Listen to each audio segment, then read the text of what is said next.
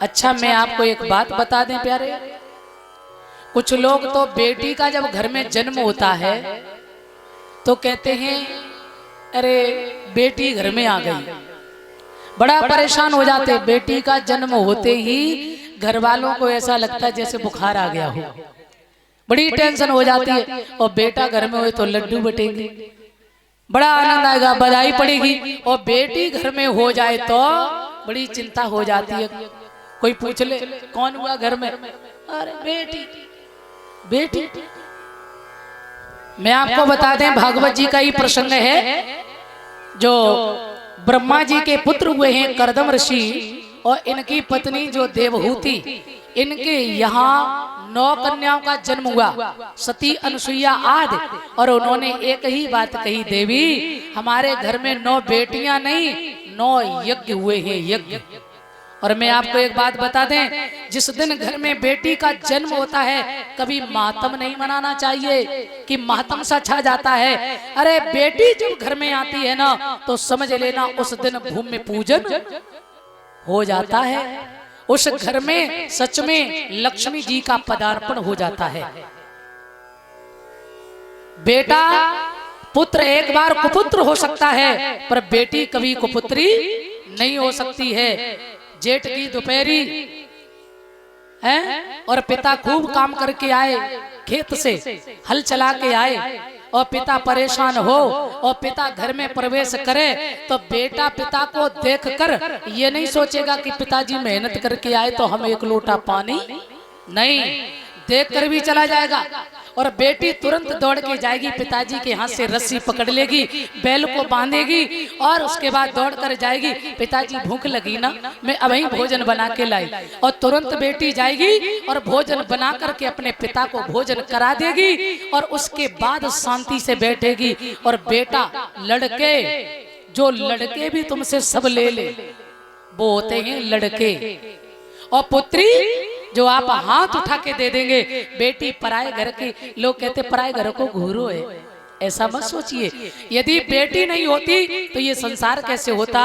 यदि बेटी आपको पसंद नहीं है, ऐसे किसी को भी पसंद नहीं होगी तो ये संसार में जो ब्रह्मा की सृष्टि है ना ये खत्म हो जाएगी, ध्यान रखना। इसलिए कभी बेटियों से नफरत मत करना। एक पिता रात्रि में सो रहा है, मैं आपको बता दें बेटों की दशा, पिता रात में सो रहा है, जेठ मास का दिन है, गर्मी जोर से है और पिताजी रात में सो गए तो पिताजी ने अपने बेटा से कही, बेटा, बोले हाँ, एक काम करो, अब हम बुढ़ापे में हैं, शरीर काम नहीं करता है, कोई प्यास भी लगे शायद या रात में कोई दिक्कत आए, बेटा एक काम करो हमारे पास चारपाई डालो और तुम यहीं सो जाओ।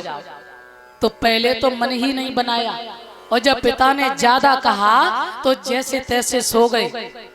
रात में पिता को प्यास लगी, ध्यान देना, रात में पिता को प्यास लगी और बेटा ने 2-4 बार आवाज लगाई, बेटा, अरे बेटा जागो, हमें बड़ी जोर से प्यास लगी। पहले तो जगे नहीं और जब जगे तो आंखें लाल, अरे तुम तो सारी रात जागते ही रहते हो, हैं? कभी सोते भी हो क्या? हमें भी नहीं सोने देते हो, कल से तुम्हारे पास सोना ही नहीं है, कहीं कुछ कहीं कुछ, अरे तुमने तो सारी रात की नींद ही खराब कर दी। पिता बूढ़ा चुप हो गया, कुछ नहीं बोला, बात को बंद कर लिया। दोबारा लौट के बेटा से पानी के लिए नहीं कहा और बेटा से पानी मांगा तो भी नहीं दिया। पर बेटी घर में सो रही थी और उसने जैसे ही आवाज सुनी कि मेरा बूढ़ा बाप प्यासा है, मेरा पिता प्यासा है, लड़की घर में से खड़ी हुई और गई पानी लेकर के एक लोटा और पिता के पास गई, पिताजी आपको प्यास लगी क्या? बेटी से मांगा नहीं, फिर भी उसने अपने पिता की आवाज को सुन लिया और उसने जाकर के पानी दे दिया। तो पिता ने कहा, बेटी मैंने तुम्हें नहीं बुलाया था, मैंने तो बेटा से, कोई बात नहीं पिताजी, भैया ने नहीं ध्यान दिया। ये हैं बेटियां। और फिर भी, और मैं बता दें, आपकी जितनी संपत्ति है बेटा सब कुछ लेने के लिए तैयार रहता है और सेवा करने के लिए बहुत कम बच्चे हैं, बहुत कम से कम 90% माता पिता अनाथ आश्रम में पल रहे। रोटी के टुकड़ों के लिए तरस रहे हैं। मेरे बंधुओं ध्यान रखना। और बेटियां, बेटी ससुराल में जाकर भी अपने पिता का ख्याल रखती है। और ये सत्य है कि जब तक बेटी का बाप जिंदा होता है तब तक बेटी का मायका मायका होता है। और जिस दिन बेटी का बाप मर जाता है उसी दिन बेटी का अधिकार खत्म हो जाता है। अगर सासु माँ बेटी से लाख कुछ भी कह ले कोई दिक्कत नहीं, और जब बेटी के बाप को गाली देती है सास तो बेटी से बर्दाश्त नहीं होता है। और वो कहती है मैया तू हमको मार ले, तू हमसे कुछ भी कह ले, तू मुझे जो चाहे सो सजा दे ले, पर मेरे बूढ़े बाप को गाली मत दे माँ। उसने बड़े दुख से मुझे पाल के बड़ा किया है, उसने मेरा कैसे विवाह किया है मैं जानती हूँ। जाने कहां कहां से कर्ज मांग करके लाया और तब सारे तेरे दरवाजे की धूल को इकट्ठा कर दिया, तब इस घर में उसने शादी कर पाई है माँ। अभी तक उसने अपने सर से कर्जा को उतार नहीं पाया। इसलिए मेरे बाप को गाली मत देना माँ, सब कुछ कहना। और मेरे सज्जनों पिता की मृत्यु हो जाए, बेटी रोकर आती है और दहाड़े मार कर दहरी पर बोलती है पिताश्री आज मेरा अधिकार खत्म हो गया। अभी तक मैं अधिकार पूर्वक जीती थी कि मेरा पिता जीवित है, क्यों आज से मेरा कोई नहीं है, क्योंकि माँ तो भाइयों के बस में हो जाएगी। माँ जो भाई करेंगे भाभियां करेंगी वो करेगी। मेरा पिता जब तक जीवित रहा मैं अधिकार पूर्वक जीती रही, और अब मेरा पिता जिस दिन से गया उस दिन से मेरा अधिकार खत्म हो गया। तो मेरे सज्जनों कभी भी, और बेटियां सच में जिस घर में बेटी आती है आप समझ लेना आपके घर में यज्ञ हो गया। बेटियां साक्षात भक्ति स्वरूप होती हैं, लक्ष्मी स्वरूप होती हैं। मैं ये नहीं कहती कि बेटा नहीं हो, बेटाओं का होना जरूरी है, बेटा होना जरूरी है, लेकिन उससे कई ज्यादा होना बेटियों का जरूरी है। इसलिए कभी बेटियों से नफरत मत करना। पिता पे देने के लिए कुछ ना हो तो भैया को एक बार क्या लगेगा, भैया सोचेगा अरे कहीं पिताजी सब कुछ न दे दे बहन को, और बहन फिर भी कहेगी पिताजी आप उदास ना हो, तुम जैसे घर में डाल दोगे मैं चली जाऊंगी। अरे ज्यादा मत खर्च करो, क्यों? बोले भैया भी तो है, और भैया की आत्मा क्या, बोले ज्यादा न दे दे पिताजी। ये बहन में अंतर होता है। तो मेरे श्रोता बंधुओं आज जनक जी के यहाँ समझ लीजिए कथा से, जनक जी के यहाँ जब तक बेटियां नहीं हुई बेटा रहे, बड़े समझदार बेटा थे, बड़े विद्वान बेटा थे, लेकिन जनकपुर में अशांति रही। शांति थी क्या? त्रहमाम, चारों तरफ अकाल पड़ा है, पृथ्वी सूख गई है, पृथ्वी बंजर पड़ी है।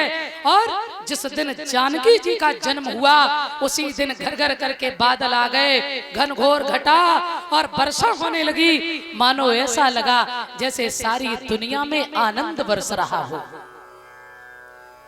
बेटी आते ही पृथ्वी हरी भरी हो गई। बेटी साक्षात यज्ञ स्वरूप होती है।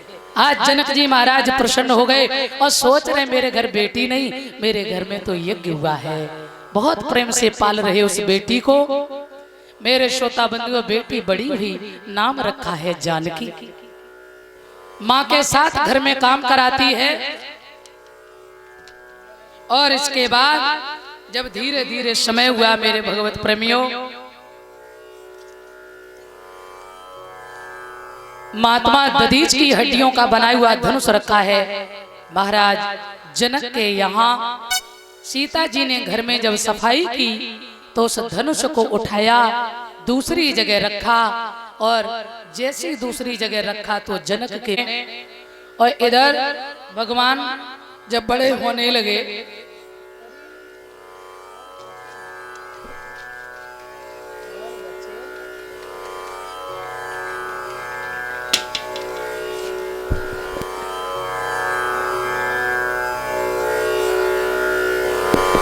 ध्यान देंगे।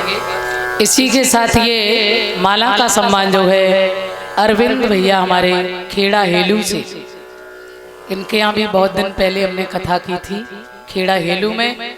तो ये भैया हमारे सम्मान कर रहे हैं दोनों बहनों का।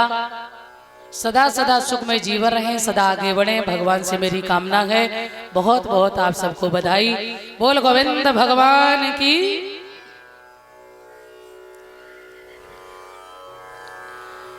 भगवान राम बड़े हुए थे, एक दिन विश्वामित्र आए, राजा दशरथ के दरवाजे कहने लगे, प्रभु हम जंगल में रहते हैं, राक्षस लोग हमारे हवन यज्ञ को पूर्ण नहीं होने देते हैं, इसलिए आप कृपा करें राम लक्ष्मण की जोड़ी हमें दे दे। मना नहीं कर सके राजा दशरथ, बोले ठीक है भगवान जैसी आपकी इच्छा। राम लक्ष्मण की जोड़ी को लेकर जंगल जाते हैं, क्योंकि राम का जन्म ही हुआ है दैत्यों का उद्धार करने के लिए, भक्तों की रक्षा के लिए। राम का मतलब क्या है? जो योगियों के हृदय में रमण करता है, जो भक्तों के हृदय में रमण करता है, उसी को राम कहते हैं। भगवान श्री राम गए, ताड़का का उद्धार किया और अन्य राक्षसों का उद्धार किया, और गुरुदेव जी से कहा, गुरुदेव जी जहां आपकी मर्जी हो वहां यज्ञ करो, अब आपके यज्ञ को कोई विध्वंस करने वाला नहीं है। गुरुदेव जी यज्ञ कर रहे हैं, और भैया इधर जानकी जी का जन्म होता है जनकपुर में। एक बार सूखा पड़ गई तो सभी लोगों ने कहा कि मैया सुनैना और महाराज दशरथ वो जनक यदि दोनों मिलकर के सोने का हल चलाएं तो पानी बरस सकता है।